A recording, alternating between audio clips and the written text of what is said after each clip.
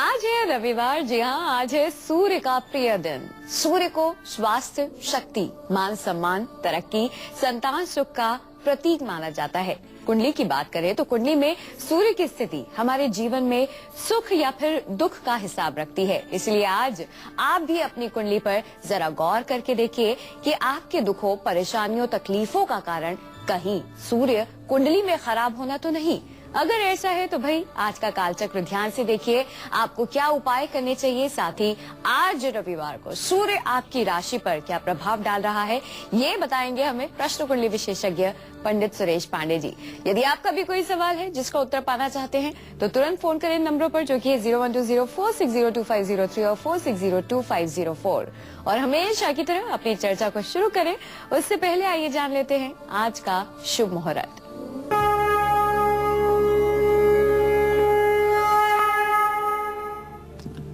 29 दिसंबर 2013 रविवार। आज पौष कृष्ण पक्ष की द्वादशी तिथि है, जो रात 11:13 तक रहेगी। विशाखा नक्षत्र दोपहर 3:19 तक रहेगा। राहु काल सायंकाल 4:30 बजे से 6 बजे तक। आज त्रिपुष्कर योग है, दिन में 3:19 तक। आज किसी प्रकार का कोई दूसरा शुभ मुहूर्त नहीं है। हम सभी जानते हैं कि सूर्य को हम सभी बहुत महत्व देते हैं।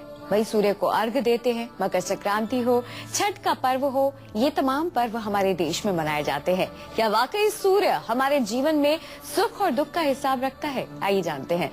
पंडित जी, क्या वाकई ऐसा है कि सूर्य के हिसाब से ही हमारे जीवन में दुख और सुख का आना जाना लगा रहता है, या पता चलता है? कुछ ऐसा है? देखिए, ज्योतिष शास्त्र में सूर्य को ग्रहों का राजा माना जाता है और सनातन धर्म में सूर्य को प्रत्यक्ष देवता माना जाता है। किसी भी अनुष्ठान में, किसी भी यज्ञ में पूजा पाठ की कोई विधा प्रारंभ की जाए तो उसमें एक पंचांग पूजन का महत्व होता है। ये पंचांग पूजन का क्या मतलब है? इस पंचांग पूजन का जो मतलब है वो ये है 5 देवताओं की पूजा, जिसमें भगवान गणेश, माता दुर्गा या लक्ष्मी, भगवान शिव, भगवान विष्णु और भगवान सूर्य देव, इन 5 देवताओं की उपासना पंचांग पूजन कहलाती है।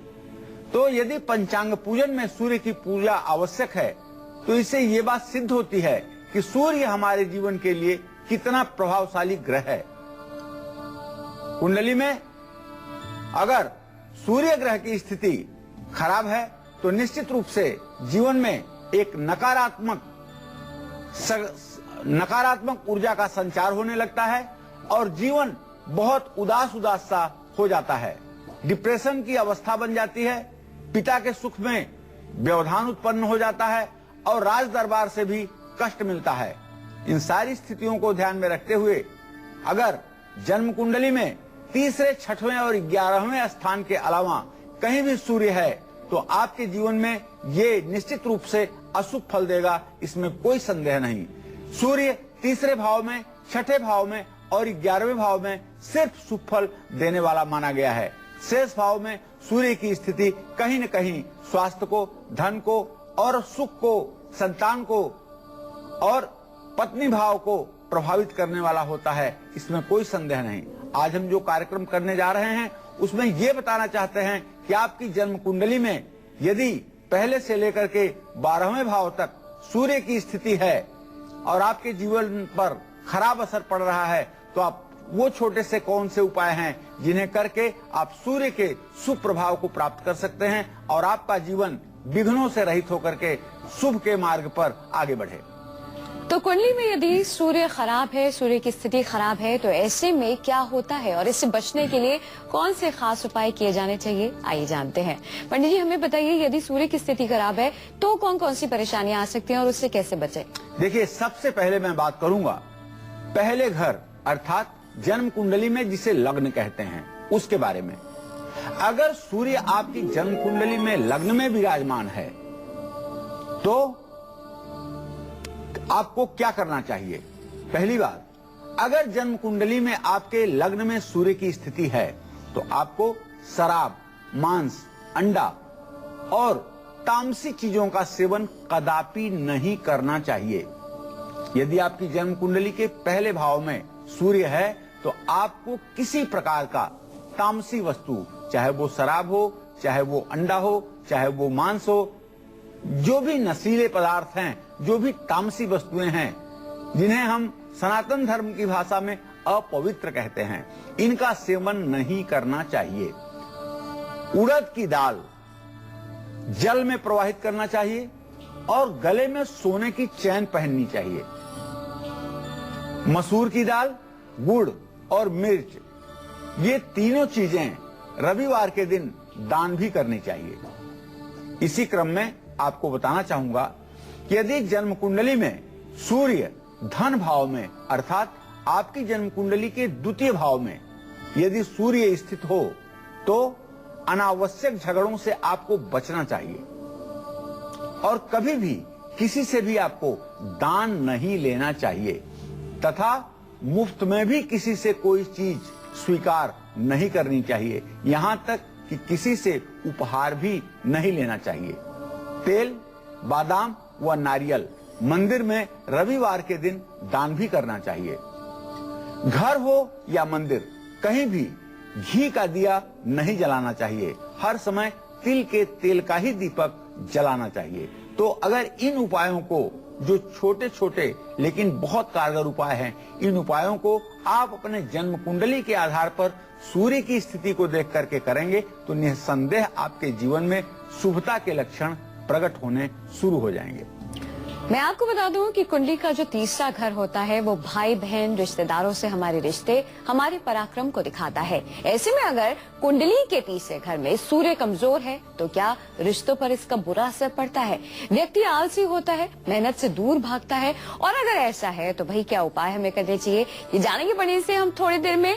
लेकिन अभी रुक करते हैं राशियों का। दैनिक राशिफल में शुरुआत करते हैं हमारी पहली राशि से। जानते हैं मेष राशि के लिए रविवार का ये दिन क्या खास लेकर आया है। पंडित जी बताइए। आज मेष राशि के जातकों का स्वास्थ्य अच्छा रहेगा और इसका परिणाम ये होगा कि मन भी प्रसन्न रहेगा। आज कहीं से आपको धन की प्राप्ति होगी। नया घर और प्रॉपर्टी खरीदने के लिए अच्छा समय है। रुके हुए सभी सरकारी काम आपके पूरे होंगे। शासन सत्ता से आपको पूरा सहयोग प्राप्त होगा। आज आपको चाहिए कि भगवान शिव की आराधना करें। जय मां विंध्यवासिनी। बढ़ते इसी के साथ वृषभ राशि की ओर। जानते हैं टॉरस के लिए रविवार का दिन और सूर्य का क्या है राशिफल। पंडित जी बताइए। आज जो वृषभ राशि के जातक हैं, इनका स्वास्थ्य निसंदेह अच्छा रहेगा। आर्थिक चिंता, पैसे से जुड़ी हुई यदि कोई चिंता आपके जहन में है तो निश्चित रूप से उसका निराकरण आज हो जाएगा। आज अगर आप व्यवसाय के प्रति कोई प्रयास कर रहे हैं तो उसमें आपको सफलता भी मिलेगी। अगर आप विद्यार्थी हैं और विद्याध्ययन के क्षेत्र में लगे हुए हैं तो आपको सफलता जरूर मिलेगी। आज आपको चाहिए कि शनिदेव का मंत्र ओम संग शनश्चराय नमः, इस मंत्र का जप आप अवश्य करें। जय मां विंध्यवासिनी। इसी के साथ रुक करते हैं अगली राशि का, जो कि है मिथुन राशि। जानते हैं जेमिनाइज के लिए रविवार का दिन और साथ ही सूर्य का राशिफल आखिरकार क्या है। पंडित जी बताइए। आज मिथुन राशि के जातकों को बताना चाहूंगा कि आज आप अपने खर्चों पर विशेष रूप से ध्यान दें। कहीं ऐसा न हो कि आर्थिक संतुलन बिगड़ जाए और आपको परेशानी का सामना करना पड़े। स्वास्थ्य अच्छा रहने से आपका मन भी प्रसन्न रहेगा। और आज अगर आप यात्रा का आपके योग बन रहा है और आज अगर आप कोई व्यवसाय की दृष्टि से यात्रा कर रहे हैं या अपने बच्चों के विवाह शादी के दृष्टि से यात्रा कर रहे हैं तो आपको जरूर सफलता मिलेगी, इसमें कोई संदेह नहीं है। भाइयों और मित्रों का सहयोग भी आपको प्राप्त होगा। आज आपको चाहिए कि आप दुर्गा चालीसा का पाठ जरूर करें, इससे आपका कल्याण होगा। जय मां विंध्यवासिनी। बढ़ते इसी के साथ कर्क राशि की ओर। जानते हैं कैंसेरियंस के लिए कैसा रहने वाला है आज का दिन और साथ ही साथ सूर्य की किस तरह की दृष्टि इन पर बनी हुई है। आइए जानते हैं। पंडित जी बताइए। देखिए, आज कर्क राशि के जातकों का मन थोड़ा सा बेचैन रहेगा। आज कर्क राशि के जातकों का थोड़ा सा मन बेचैन रहेगा और आमदनी में आपके रुकावट आ सकती है। भाइयों की उन्नति का योग बन रहा है। नया घर और प्रॉपर्टी खरीदने के लिए अनुकूल समय है। लेकिन सूर्य की स्थिति आपकी राशि से छठे भाव में अर्थात धनु राशि में है। ऐसे में आपको चाहिए कि ये सूर्य की स्थिति जो आपकी जन्म कुंडली में इस समय दर्शाता है, ये आपके लिए शुभ हो, इसके लिए सूर्य की उपासना के साथ साथ आप चंद्रमा की उपासना करें। ओम सोम सोमाय नमः का जप करें। जय मां विंध्यवासिनी। मैं आप सभी को एक बार फिर से याद दिला दूं कि 31 दिसंबर से लेकर 3 जनवरी तक देखना बिल्कुल मत भूलिएगा कालचक्र 2014, क्योंकि पंडित सुरेश पांडे जी बताएंगे सभी राशि वालों को नए साल में उनकी आर्थिक स्थिति, नौकरी, कारोबार, परिवार का हर महीने का पूरा हाल आसान उपायों के साथ। तो देखना मत भूलिएगा कालचक्र 2014, 31 दिसंबर से 3 जनवरी तक। फिलहाल बात करते हैं कुंडली के तीसरे घर की। भाई कुंडली का जो तीसरा घर है, कहते हैं कि भाई बहन रिश्तेदारों में हमारा संबंध हमारे पराक्रम को दर्शाता है, और चौथा घर माँ और साथ ही सुख को दर्शाता है। तो ऐसे में पंडित जी से जानते हैं यदि ये घर हमारे कमजोर स्थिति में है तो क्या ये रिश्तों पर प्रभाव डालेगा। पंडित जी बताइए। देखिए, जन्म कुंडली में तीसरे घर का सूर्य अच्छा माना गया है। तीसरे घर में सूर्य की स्थिति यदि तुला राशि के अलावा है तो सूर्य की स्थिति ठीक मानी जाती है। सूर्य पराक्रम को बढ़ाता है, लेकिन जिन लोगों की जन्म कुंडली के तीसरे भाव में सूर्य हो, उन्हें चाहिए कि बुरे कार्य और गलत चीजों से बिल्कुल दूरी बनाकर रहें। छोटी कन्याओं की सेवा करें, चावल व दूध का दान करें। रविवार के दिन तांबे का पात्र मंदिर में दान करने से सूर्य का खराब फल दूर होगा। रविवार के दिन चांदी का चौकोर टुकड़ा धारण करने से भी सूर्य अच्छा फल देगा। यदि आपकी जन्म कुंडली के सुख के स्थान में अर्थात चौथे भाव में सूर्य की स्थिति हो तो नदी में तांबे के पैसे को प्रवाहित करें। शराब, अंडा, मांस या कोई भी तामसी वस्तु। गीता में कहा गया है कि यातयामम गतरसम पूति परियुष्टम चयत उच्छिष्टम विचामेध्यम भोजन तामसः प्रिय। यातयामम एक प्रहर अर्थात 3 घंटे से ज्यादा बना हुआ जो भोजन होता है वो भी तामसी होता है। गतरसम ऐसा फल जिसका रस सूख गया हो। यातयामम गतरसम पूति प में इति प्रत्यय लगा हुआ है। पूति का मतलब होता है कि जो प्रकृति द्वारा दुर्गंधित हो। ऐसा क्या है जीवन में? ऐसा लहसुन और प्याज है। लहसुन और प्याज में प्रकृति द्वारा दुर्गंध है, इसमें मानव द्वारा दुर्गंध नहीं पैदा की जाती है, इसलिए यह भी तामसी है। चयत और जितनी भी नशीले पदार्थ हैं, तंबाकू वगैरह का सेवन, और उच्छिष्टमपि किसी के भोजन करने के बाद कुछ छूटा हुआ अर्थात जूठी चीज। उच्छिष्टम चामेध्यम और हिंसा करके जो प्राप्त होता है, जैसे मांस, मछली वगैरह हिंसा करके जो प्राप्त होता है। उच्छिष्टम चामेध्यम भोजन तामस्य प्रिय, ऐसा भोजन तामसी पुरुष को प्रिय होता है। तो इन भोजनों का त्याग करना चाहिए। निश्चित रूप से इससे सौभाग्य में वृद्धि होगी। नेत्रहीन लोगों को मुफ्त में दवाई बांटनी चाहिए। लोहा और मशीनरी के काम से लाभ अगर नहीं मिल रहा है तो इस काम को करना भी नहीं चाहिए। लोहा और मशीनरी के कार्य चतुर्थ भाव में स्थित सूर्य जिसकी कुंडली में है, ऐसे जातकों को करना चाहिए। एक दर्शक जुड़ गई है जिनका नाम है अतीक्षा। अतीक्षा जी, स्वागत है आपका। अपनी उम्र बताकर अपना सवाल करें। सर नमस्ते, मैं अतीक्षा बोल रही हूँ कानपुर से। जी। मेरा डेट ऑफ बर्थ है 25 जनवरी 1994। जी। और मैं ये जानना चाहती हूँ कि मेरी गवर्नमेंट जॉब लग सकती है।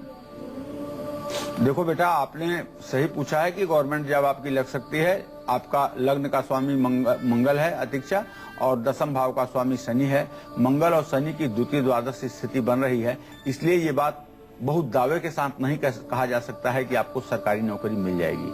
आपको प्राइवेट सेक्टर में प्रयास करना चाहिए। 24वें साल से आपका भाग्योदय शुरू होगा।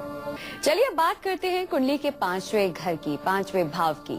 ऐसा माना जाता है कि जो कुंडली का 5वां भाव है वो संतान सुख का होता है, लेकिन यदि ये कमजोर है, इसमें सूर्य की स्थिति कमजोर है, तो ऐसे में क्या संतान का सुख नहीं मिल पाएगा? आइए जानते हैं पंडित जी से। पंडित जी, यदि ऐसा होता है हमारे कुंडली का 5वां भाव सूर्य अगर उसमें मौजूद है और वो कमजोर स्थिति में है, तो क्या संतान सुख नहीं मिलेगा? देखिए, 5वां भाव संतान का भाव होता है और 5वां भाव विद्या का भी भाव है।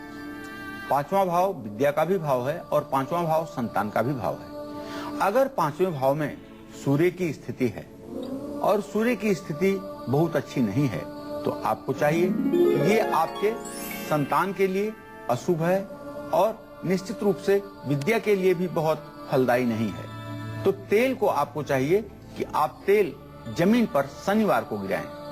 चावल, हल्दी और चने की दाल, पीले फूल और देसी खांड ये थोड़ा थोड़ा लेकर के और इसे रविवार के दिन जल में प्रवाहित करें और सभी लोगों से, समाज के हर वर्ग से अच्छा व्यवहार करें। किसी से अकड़ करके और किसी से दुष्टता से व्यवहार कभी भूल करके भी ना करें। मकान की पूर्व की दीवार के साथ कभी भी रसोई घर आप ना बनाएं। अगर ऐसा आप करते हैं तो निश्चित रूप से आपके जीवन में उपलब्धि रहेगी। दिल्ली से एक दर्शक जुड़ गई है। मल्लिका जी, स्वागत है आपका। अपनी उम्र बताकर अपना सवाल करें मल्लिका। नमस्ते मैडम। प्रणाम पंडित जी। मैं मेरे बेटे के बारे में जानना चाहती हूँ। वो 6 नवंबर 1995 में हुआ है। अभी वो 12th में पढ़ाई कर रहा है। उसकी पढ़ाई के बारे में जानना चाहती हूँ मैं। देखिए, आपने अपने पुत्र भाव की शिक्षा के लिए पूछा है तो आपके पंचम भाव का स्वामी बृहस्पति और उससे पंचम भाव का स्वामी मंगल और बृहस्पति की चतुर्थ दशा में स्थिति है। आपके बेटे की पढ़ाई मध्यम चल रही है, बहुत अच्छी नहीं चल रही है। इनकी पढ़ाई अच्छी हो इसके लिए आपको चाहिए कि रोज केसर घिस करके चंदन के साथ घर में एक डिबिया में रख लीजिए और जब ये पढ़ने जाने लगे तो नित्य इनके माथे पर थोड़ा सा केसर आप अपने दाहिने हाथ की अनामिका उंगली से, छोटी वाली उंगली के बगल वाली उंगली से थोड़ा सा चंदन लगा दें और अपने मन ही मन इन्हें आप आशीर्वाद दें।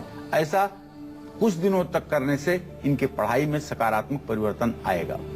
चलिए रुक करते हैं इसी के साथ राशियों का। बात करते हैं अब सिंह राशि की। जानते हैं लियोस के लिए कैसा रहने वाला है आज का दिन और साथ ही साथ सूर्य किस तरह से मेहरबान है इन पर, आइए जानते हैं।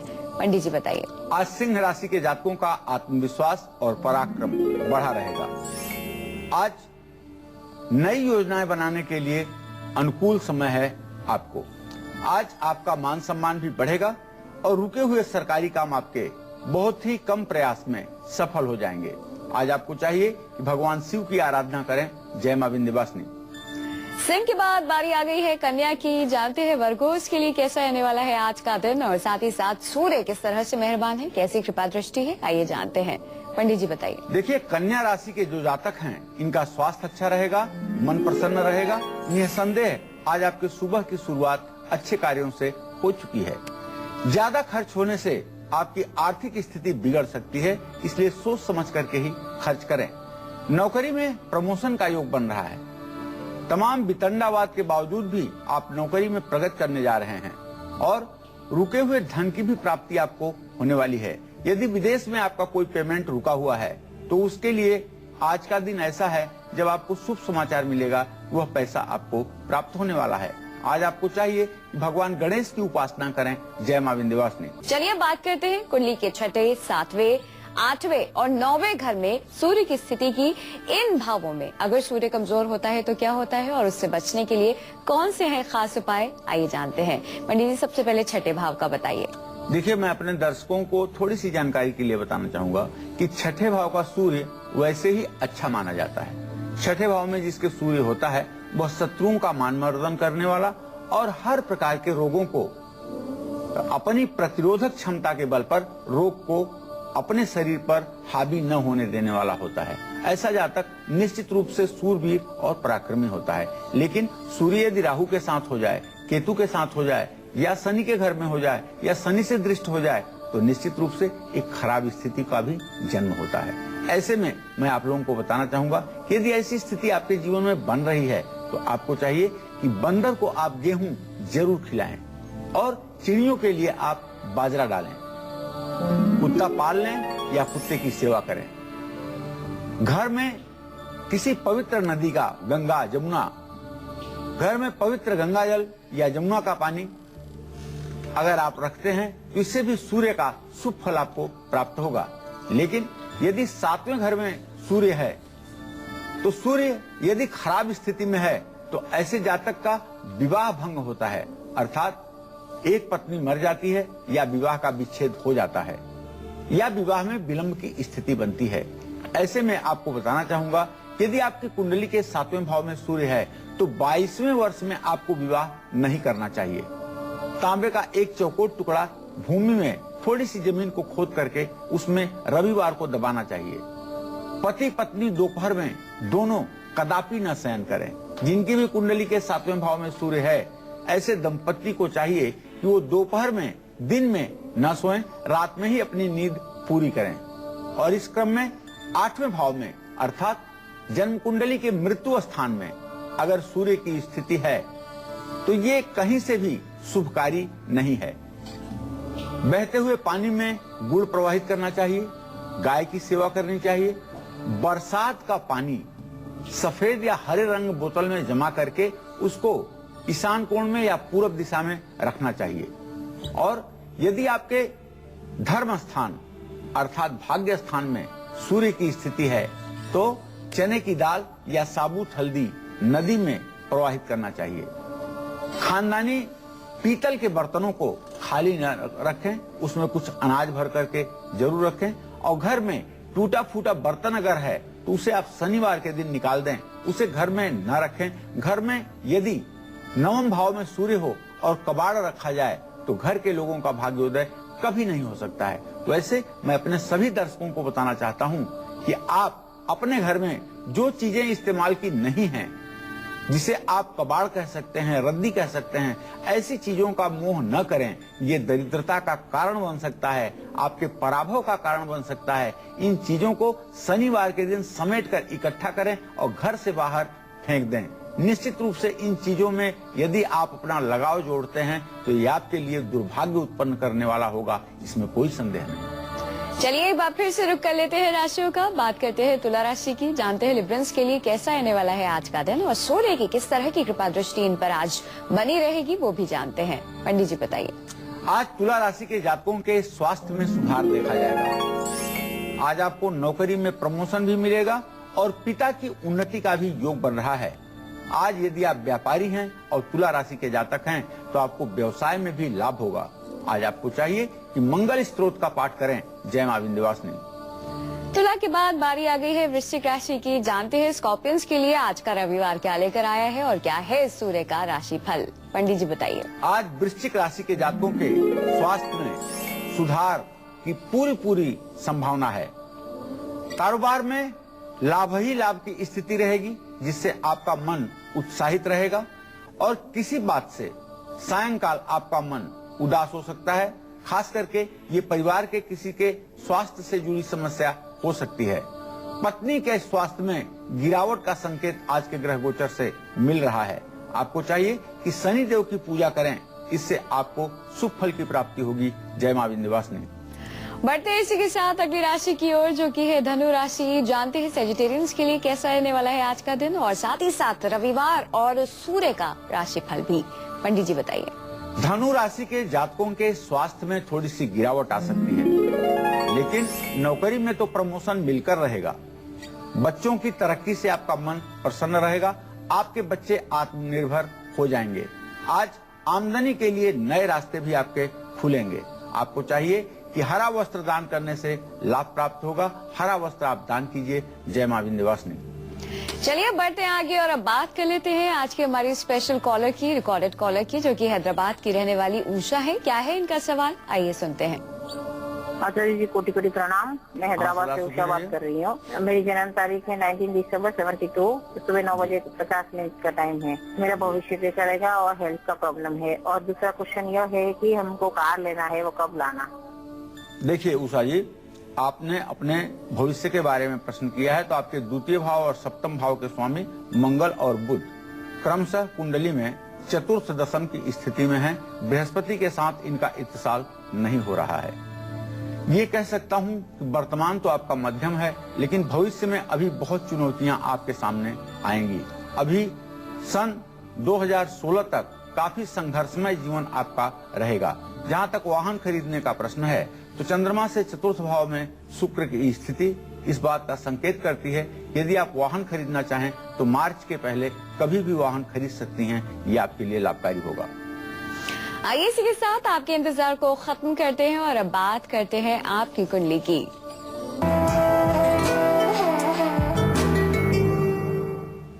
आज की हमारी कुंडली कॉलर है अंबाला की रहने वाली कुलविंदर कौर। इनकी कुंडली इस वक्त हमारे पास है। आइए पंडित से जानते हैं कि इनका भाग्य क्या कुछ कहता है। पंडित जी क्या कहती है इनकी कुंडली? कुलविंदर का जन्म 15 अक्टूबर 89 को 8:45 पर सुबह अंबाला में हुआ। इनकी कुंडली तुला लग्न की है। शरीर भाव का स्वामी शुक्र द्वितीय भाव में धन भाव में मंगल के घर में बैठा हुआ है और मंगल इनकी कुंडली के व्यय भाव में धनेश और सप्तमेश होकर के बैठा हुआ है। देखिए भाग्येश बुध भी उसी के साथ व्यय भाव में विराजमान है। तो कुलविंदर, जहां आपके विवाह में विलंब की स्थिति दिखाई दे रही है, वहीं आपको नौकरी के क्षेत्र में भी सफलता जल्दी नहीं मिलने वाली है, क्योंकि आपके जीविका का स्वामी चंद्रमा सप्तम भाव में बैठा हुआ लग्नेश शुक्र से खटाष्टक योग बना रहा है। 16 जुलाई 2014 तक ना तो आपका विवाह तय हो पाएगा और ना ही आपको नौकरी मिल पाएगी। हाँ, इतना जरूर है, इसके बाद शुक्र में केतु का अंतर शुरू होगा। 16 जुलाई 2014 के बाद आपको नौकरी के क्षेत्र में तो सफलता मिल जाएगी, लेकिन आप मांगलिक हैं। जब तक मंगल की शांति नहीं कराएंगी तब तक विवाह का योग नहीं बनेगा। अगर आप मंगल की शांति कराती हैं तो विवाह का योग 2015 के फरवरी तक बन सकता है। यदि सूर्य कुंडली के 10वें, 11वें या फिर 12वें भाव में कमजोर है तो ऐसे में हमें क्या करना चाहिए, कौन से उपाय करने चाहिए, आइए जानते हैं। पंडित जी बताइए।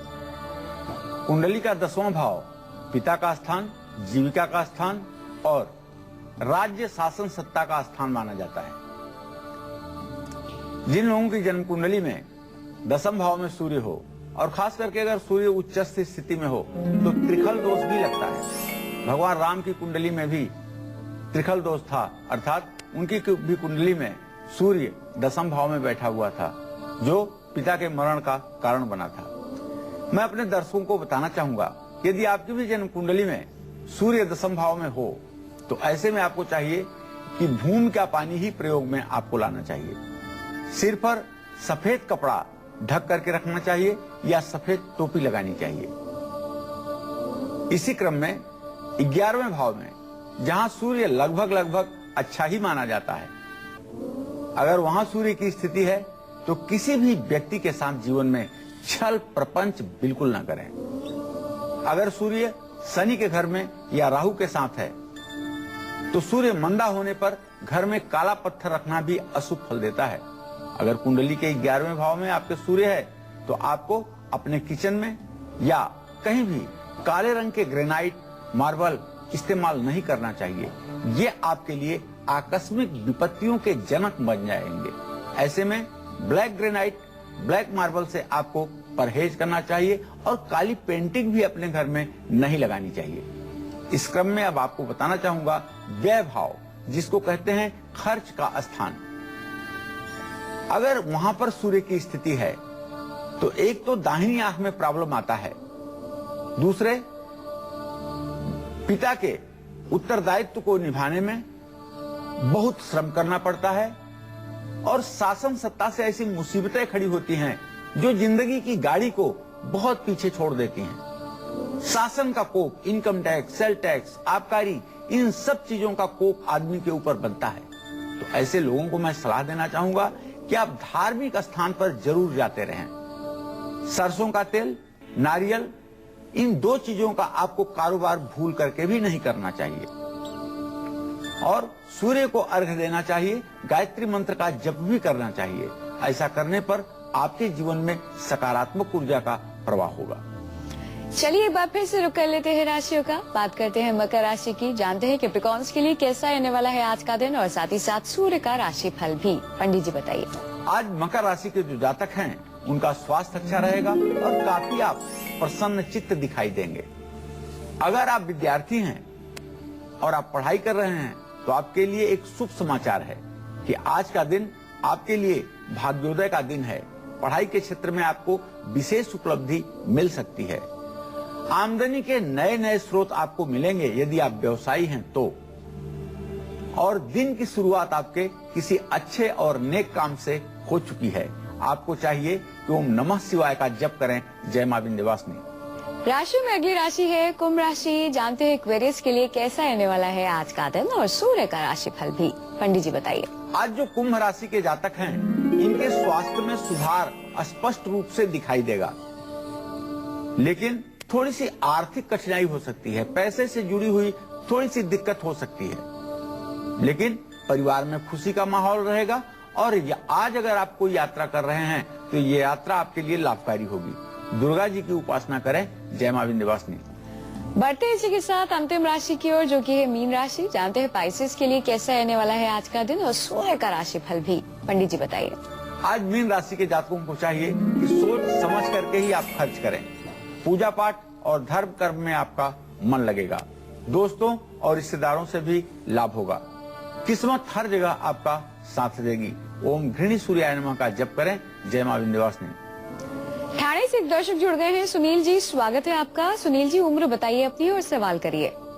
12/1/1981। जी, सवाल बोलिए। हाँ, वो मुझे कुछ काम धंधा नहीं है। अभी मैं राइटिंग का काम करता हूँ। क्या मुझे वैसे सफलता मिलेगी?